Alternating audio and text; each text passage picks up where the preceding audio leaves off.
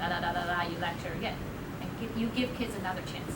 If it happens again, you take it, you put it away. Or you ask the kids to somehow stand in the back or something. You lose his chance of playing.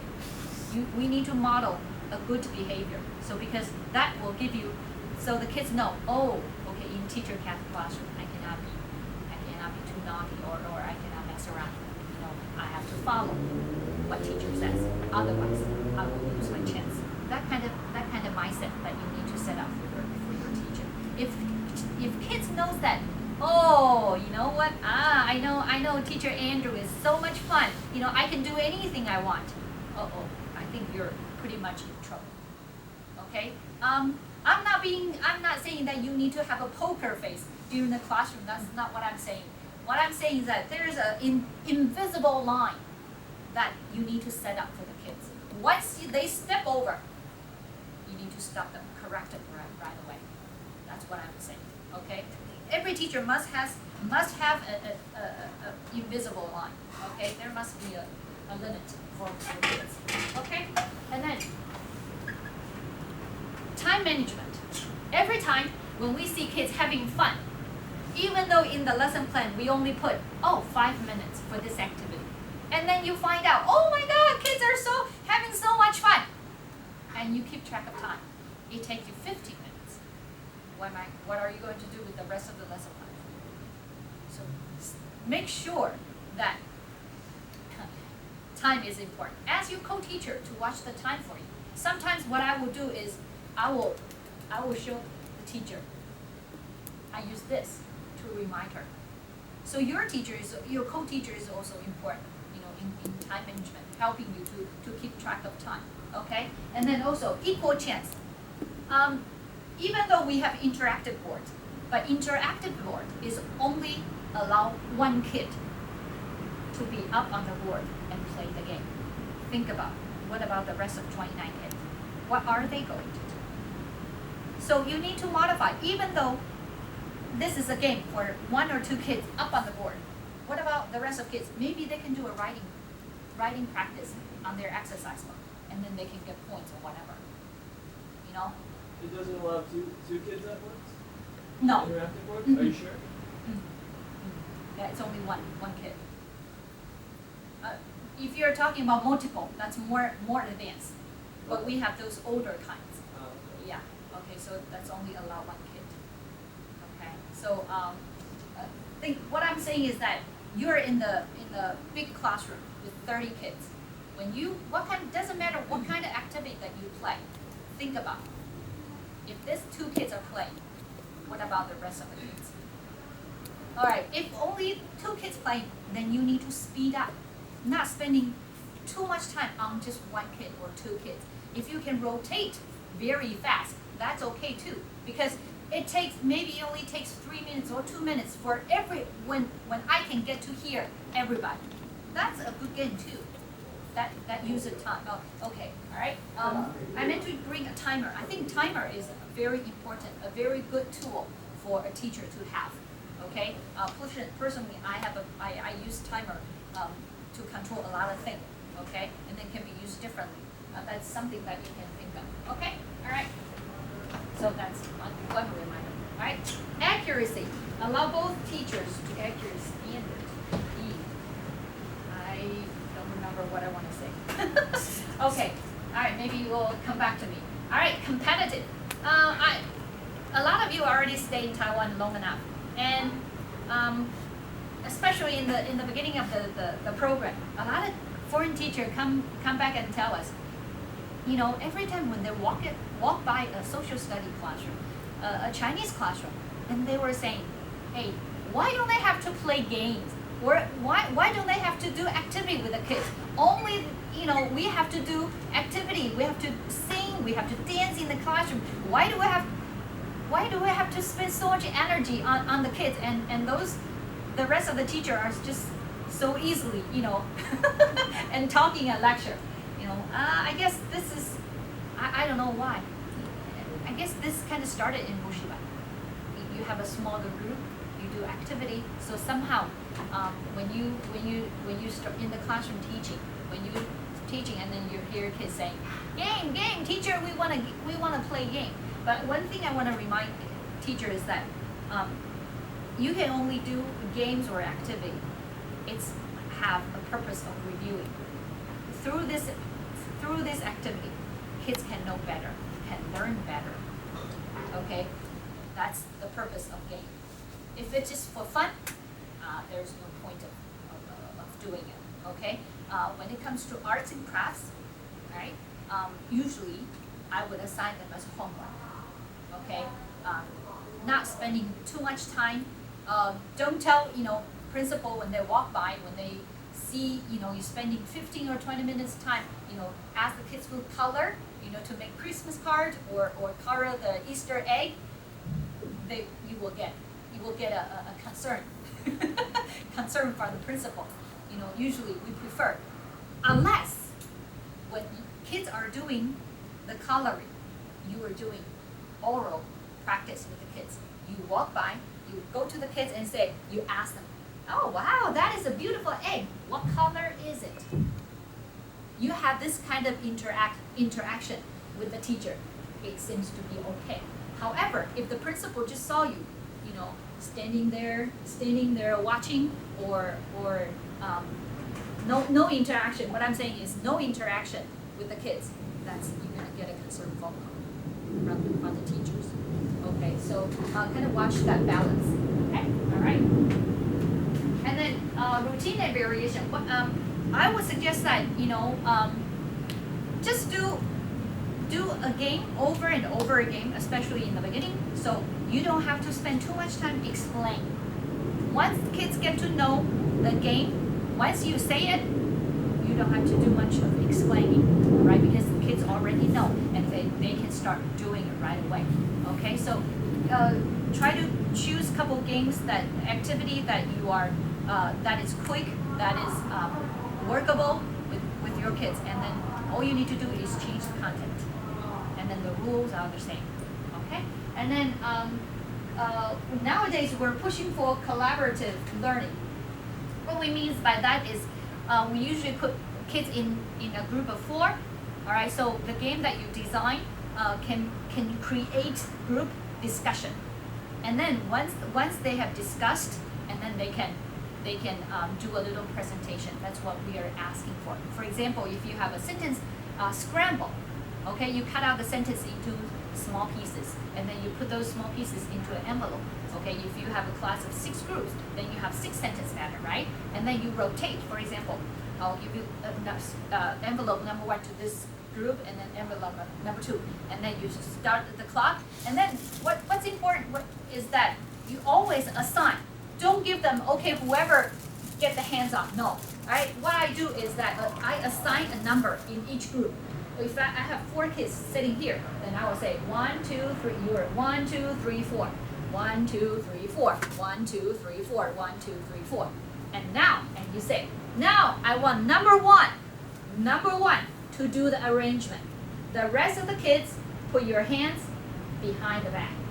All you can help is by saying it. If the kids have no idea, what is the first word, all they can do is what? If the sentence is, what do you like to do after school, for example? Okay, and then the kids, number 1 kids, have no idea what to start. Then all they have to say is what. They can use any hint. WHAT, what? W, the word with W.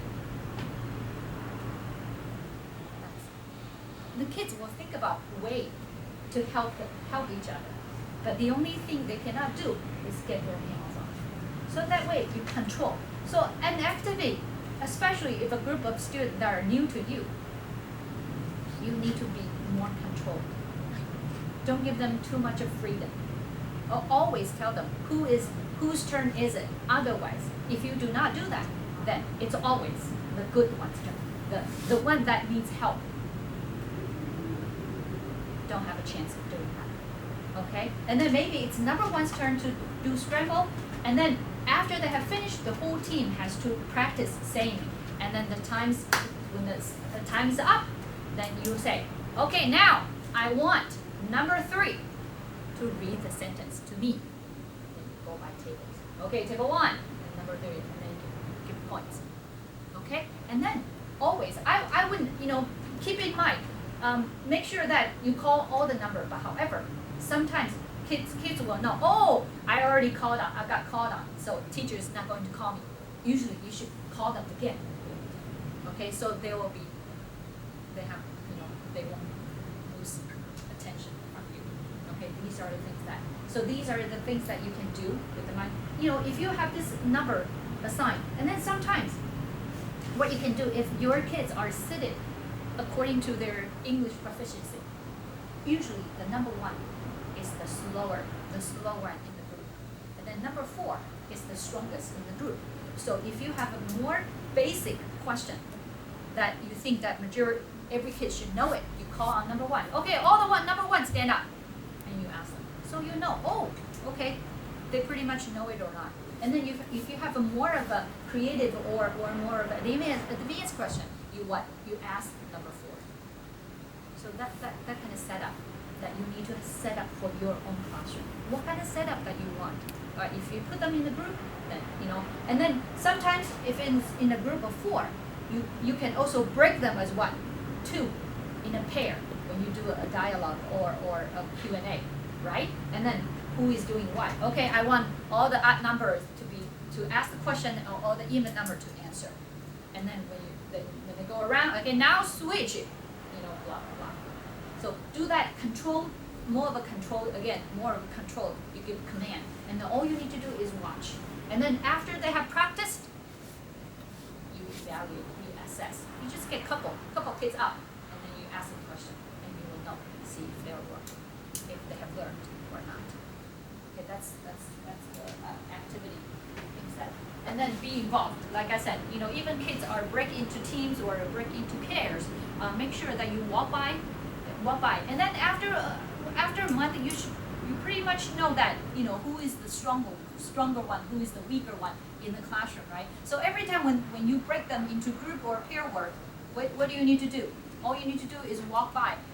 You walk to the group that needs help, right? You stand them and then you listen to them and you assist them when it's appropriate.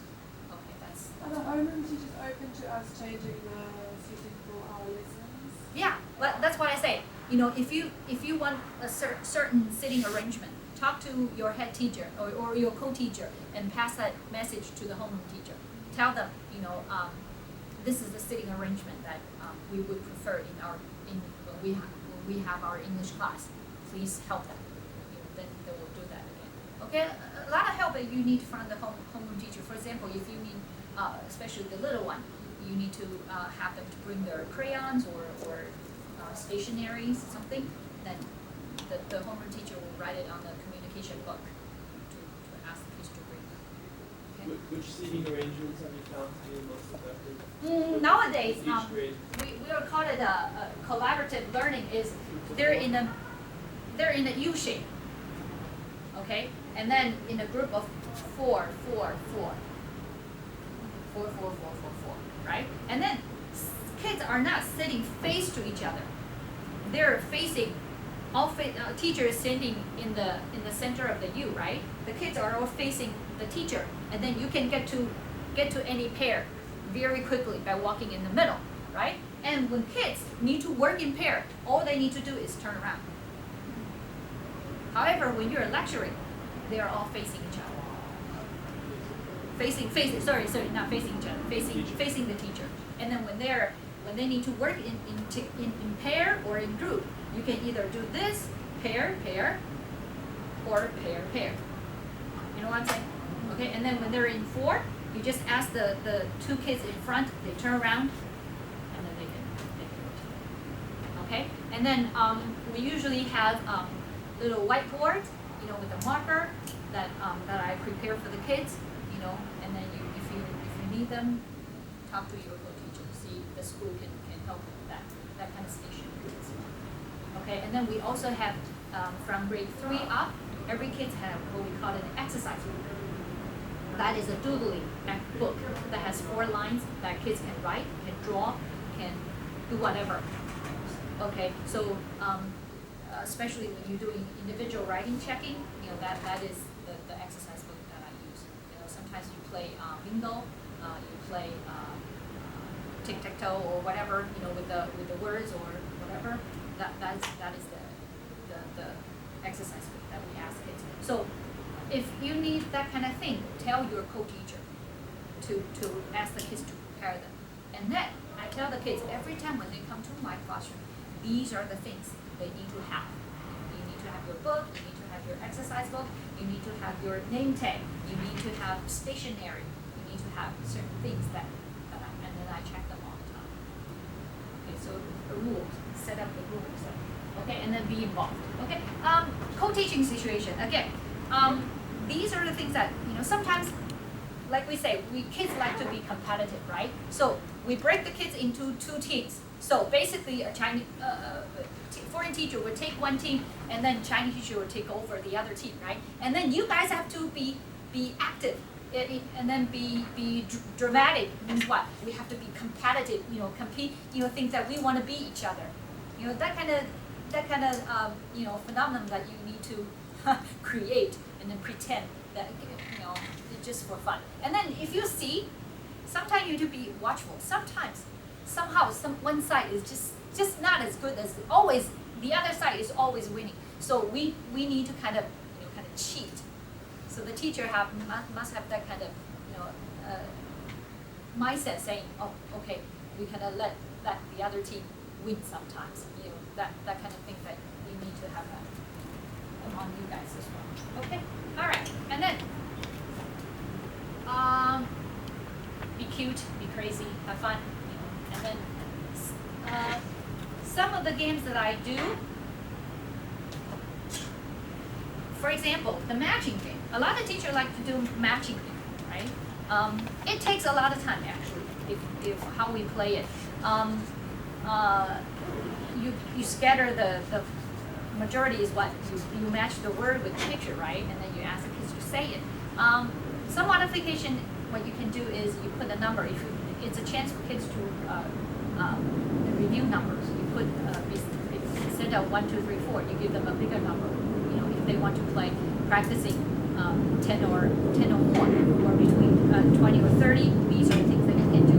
Or sometimes it's more controlled. You give, you scatter. You have a set of you have the word set, and then the kids have the picture set, and then you turn your card with for example, hospital, for example, and then the kids have the picture card.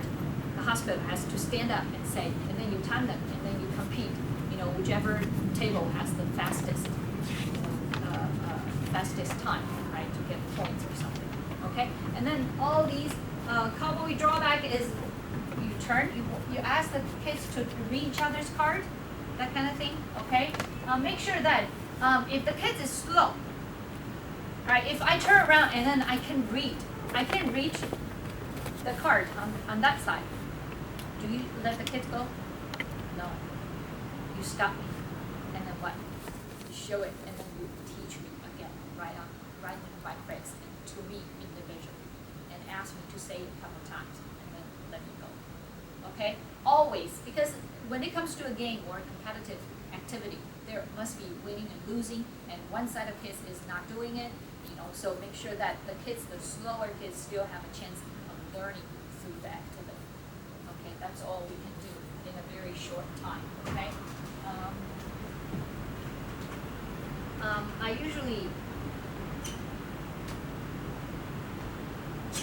if it's fall, because we only have 40 minutes with the class, and we want to make sure that everybody has a chance of saying it. I usually, when I ask a question, what do you like to do after school? What do you like to do after school? Then I will say, I will point to you, I will say, sometimes ask kids to say one word only. Instead of one kid saying the whole sentence, then I will assign one. I like to play, ask, kid, ball, after school. This way, you hit one. You hit 7 kids in one sentence, right? And then, of course, you can first start by order. And then after a couple rounds, you go, kids will know. Who doesn't know about I like to, I'll keep pointing to you. The kids will get nervous. And then you go, attention to you. So that's how you control, okay? Classroom, the whole class practice. Always start with, of course, with the whole class practice, right? And then you come down to a smaller group practice. And then you come down to a smaller individual. You get a couple individual kids to make sure that, you know. Foreign teacher often said that we have a group of fish in the classroom. What is fish? What does fish do? They go. That's what kids pretending that they're paying attention. But when you ask them individually, they have no idea what you're saying. So try to catch those fish before they swim too far away. Okay, so you have that kind of phenomenon in the classroom. Okay, all right. Reward system. If you do activity, of course, they're winning and losing, right? There's points. What do you do with those points? You cannot just erase it and then, you know, oh, when the bell rings, okay, goodbye, we'll see you next week, and then we move on. If you do that, then, you know, after 2 months, the kids is not going to respond to your to your activity anymore. So what I'm not saying that you need to buy a lot of blah blah blah. No, it's a personally we have what we call a stamp sheet system. We bring a stamp, and then every kid will have a stamp sheet pasted onto their book. Okay, so whoever winning team maybe will get, you know. However, do not always give the winning team. Maybe the winning team will get 5 stamps, but the losing team get 3 or 2. Okay, not always reward the good one, but don't forget to reward those hard-working kids as well. Okay, even though the answer might be wrong, but we know, wow, it's not easy for this kid to produce at least a couple words. We still encourage, we still praise that. Okay, we still need to remember, encourage that kind of learning behavior. Okay, so that's what I'm saying. But personally, I have what I call the 3,000 stamps club, which means that because I have all kinds of a variety of activity in classroom and outside the classroom. So throughout the semester, kids will try to collect stamps. Okay, and then if they're over 3,000 club at the end of semester, I will treat them. I'll take them out for lunch. That's me, okay? But you don't have to do that. So what you can do is sometimes you prepare a little, you know, candy, or is it lunchtime yet? Oh, okay. Okay, and then that kind of thing. That's what you can think of. Or at the end of semester, sometimes we, especially little ones, they'll ask, oh, what can I do with the stamps? You know, I will bring a box of gifts that I prepare for them. I tell them, I mark, okay, this worth you can exchange for 20 stamps. You know, this eraser you need 10 stamps for exchange. So you can, you know, usually we will buy them over at a cheaper place. You know, for maybe when school is doing it, you can ask your teachers to see if they're up to it. So these are kind of things that a reward system that you need to set up for yourself. Okay, all right. I'm gonna call it quits and have lunch. Okay, let's do this.